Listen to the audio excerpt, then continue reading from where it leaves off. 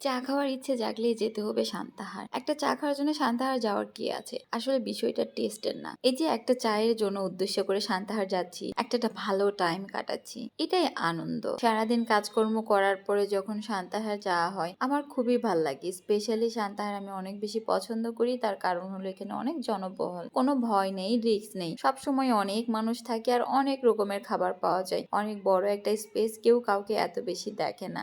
আজকে যদিও বা এখানে বসে একটা দুর্ঘটনা ঘটেছিল, সেটা হলো আমার এই ড্রেসটা ব্রেন্স লেগে ছিঁড়ে গেছে অনেক খান্তি। আজকে দিয়ে এই ড্রেসটা আমি সেকেন্ড টাইম পরলাম, খুবই পছন্দ করে। আমি আর রিতা দুজনে সেম ড্রেস নিয়েছিলাম, বাট ড্রেসটা আজকে ছিঁড়ে গেল। যদিও আমার ক্ষেত্রে এরকম কখনো হয় না, তো আমি মনে করি এই ধরনের দুর্ঘটনা আসলে বিপদ পারি করে, তাই মন খারাপ করিনি। সামান্য একটা জামাই তো ছিঁড়ে গেছে, আবার না হয় কিনে নিব। আজকে আলহামদুলিল্লাহ অনেক ভালো সময় কাটাইছি, আর আমি 2টা কফি খাইছি। কফিটা অনেক টেস্ট ছিল। থ্যাংক ইউ হৃদয় আমাকে এত সুন্দর কফি খাওয়ানোর জন্য।